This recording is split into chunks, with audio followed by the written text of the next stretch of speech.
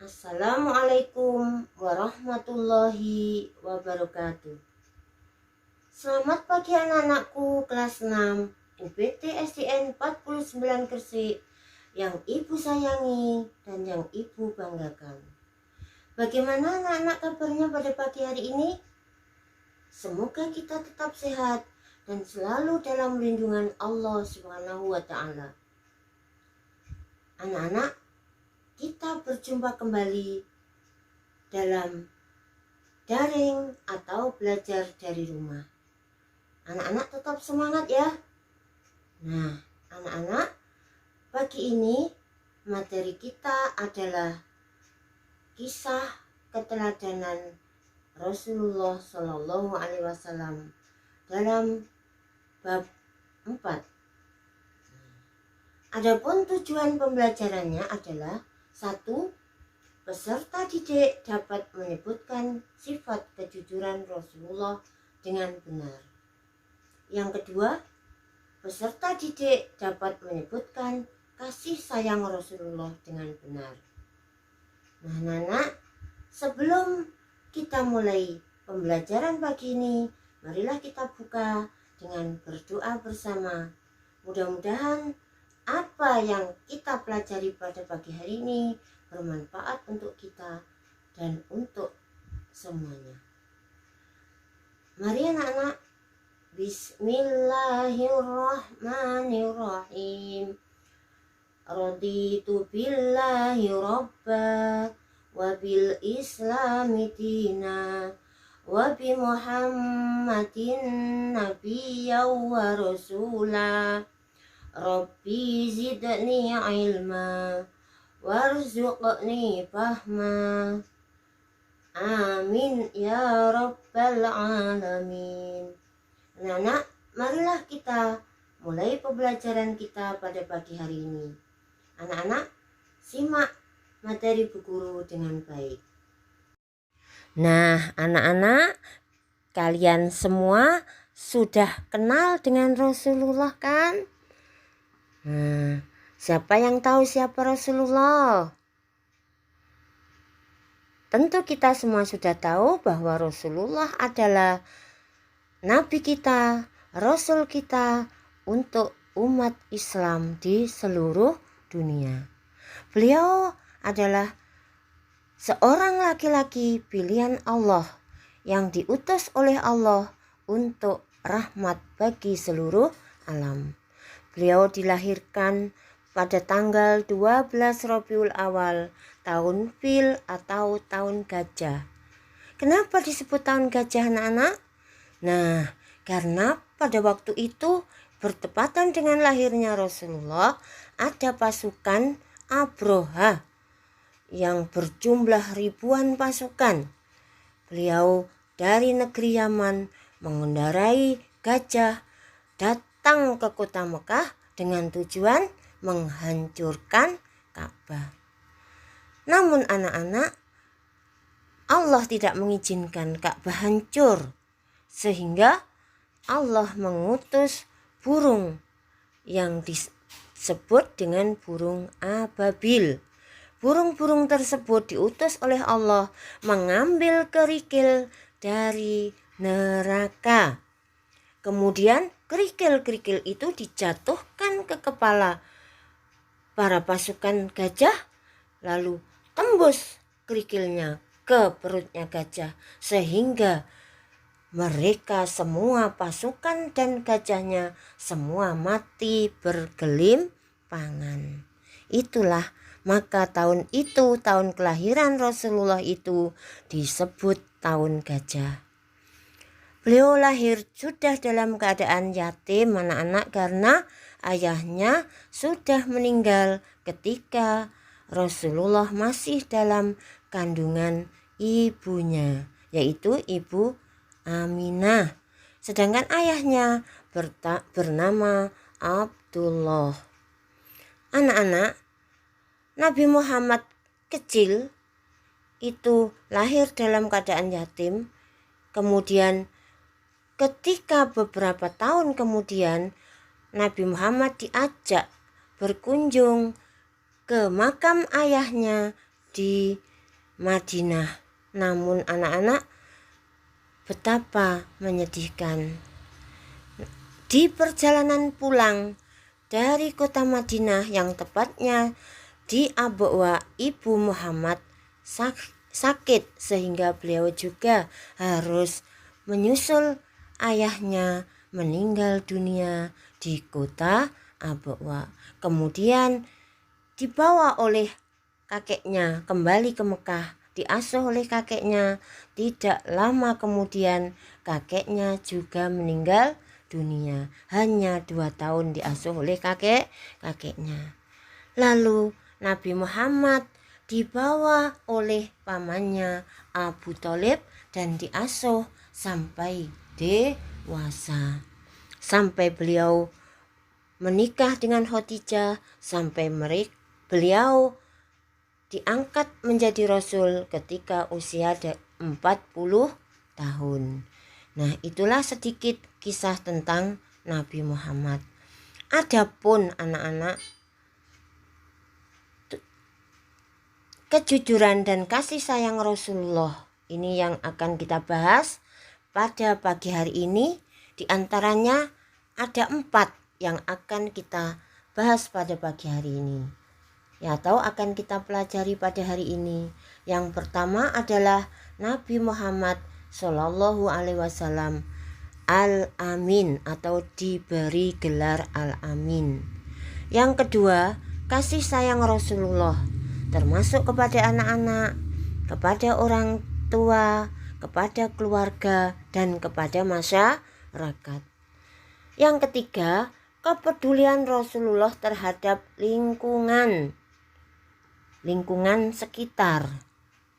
Kemudian yang keempat, Nabi Muhammad sebagai pembawa rahmat bagi semesta alam, atau yang disebut dengan istilah rahmatan lil alamin. Nah, anak-anak, marilah kita bahas satu persatu dari keempat yang kita bahas pada pagi hari ini. Yang pertama, Nabi Muhammad mendapat gelar Al-Amin. Nah, ini ada kisahnya. Mengapa beliau mendapat gelar Al-Amin? Yaitu ini langsung saja ya anak-anak, kita lihat di buku materi anak-anak juga ada. Nah, Nabi Muhammad adalah terkenal seorang yang sangat jujur. Sikap jujur tersebut sudah diperlihatkan sebelum beliau diangkat menjadi Rasul, yaitu mulai pada usia remaja. Beliau sudah diminta bantuan oleh pamannya untuk diajak berdagang ke negeri Syam.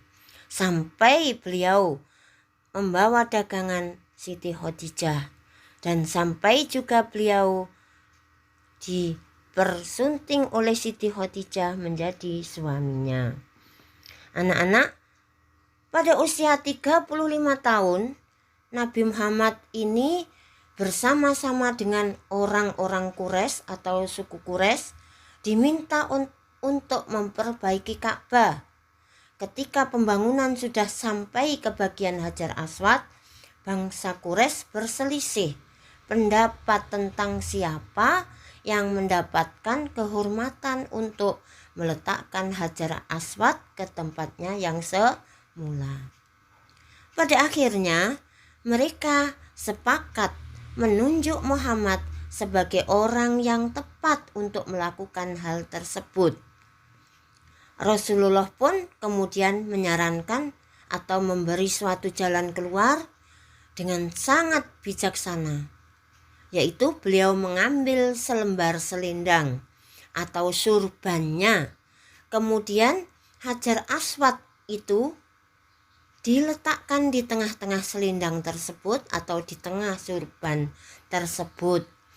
Beliau lalu meminta seluruh pemuka kabilah yang berselisih tadi untuk memegang ujung-ujung selendang tersebut.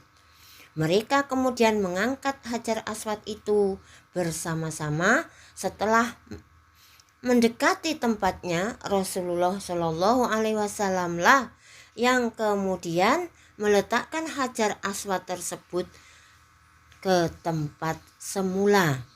Nah, inilah jalan keluar yang dilakukan oleh Rasulullah. Dan para pemuka suku-suku tersebut, mereka pun menghargai pendapat Rasulullah. Beliau sangat senang. Akhirnya tidaklah terjadi pertumpahan darah karena kebijaksanaan Rasulullah. Sejak saat itulah para sahabat dan para pengikutnya sangat menghormati dan mencintai beliau, sehingga pada saat itu Rasulullah diberi gelar Al-Amin, yaitu artinya adalah orang yang dapat dipercaya atau orang yang sangat jujur. Nah, itulah maka beliau diberi gelar Al-Amin. Anak-anak, selanjutnya kasih sayang Rasulullah. Yang kasih sayang tersebut diberikan kepada anak atau anak-anak, terutama juga anak-anak yatim, kepada keluarganya, kepada orang tua, dan juga kepada masyarakat. Selain memiliki sifat yang jujur dalam berdagang dan bergaul, Rasulullah pun sayang terhadap keluarganya dan juga orang-orang di sekitarnya. Nabi Muhammad pernah menggendong putrinya. Ini bukti kesayangan terhadap anaknya, yaitu yang bernama Fatimah ketika masih balita. Beliau menggendong Fatimah sambil tawaf mengelilingi Ka'bah. Begitu pula setelah Fatimah dewasa dan memiliki keturunan atau Fatimah juga memiliki anak, Rasulullah sangat menyayangi cucunya yang bernama Hasan dan Husain, sebagaimana dikisahkan di dalam hadis beliau yang artinya berikut ini. Nabi Muhammad mencium cucunya. Ini contoh hadisnya, Hasan bin Ali. Kemudian Rasulullah juga mengajarkan pula untuk hormat kepada orang tua. Nah, yang ketiga yaitu kepedulian Rasulullah Shallallahu Alaihi Wasallam terhadap lingkungan. Anak-anak, bukan hanya pada ibadah seperti sholat, seperti membaca Al-Quran, tetapi beliau pun peduli terhadap lingkungan hidup. Hal itu tercermin pada perilaku beliau, antara lain sebagai berikut. Nabi Muhammad sangat hemat dalam penggunaan air. Ini dicontohkan ketika beliau berwudu. Rasulullah atau Nabi Muhammad tidak terlalu banyak menggunakan air. Karena apa? Karena membuang-buang air itu adalah mubadir. Itu dibuktikan pada anjuran beliau agar tidak berlebihan dalam pemakaian air, yaitu dalam berwudu. Nabi Muhammad mengajarkan juga agar tidak melakukan kerusakan di muka bumi. Nabi Muhammad juga sangat peduli terhadap lingkungan, seperti membuang sampah pada tempatnya, memelihara tanaman, kemudian menyayangi binatang, dan juga tadi sudah disebutkan yaitu dalam penggunaan air. Sekarang yang keempat, yaitu Nabi Muhammad sebagai pembawa rahmat bagi alam semesta. Anak-anak, tahukah kalian apa yang dimaksud Nabi Muhammad sebagai pembawa rahmat bagi seluruh alam semesta?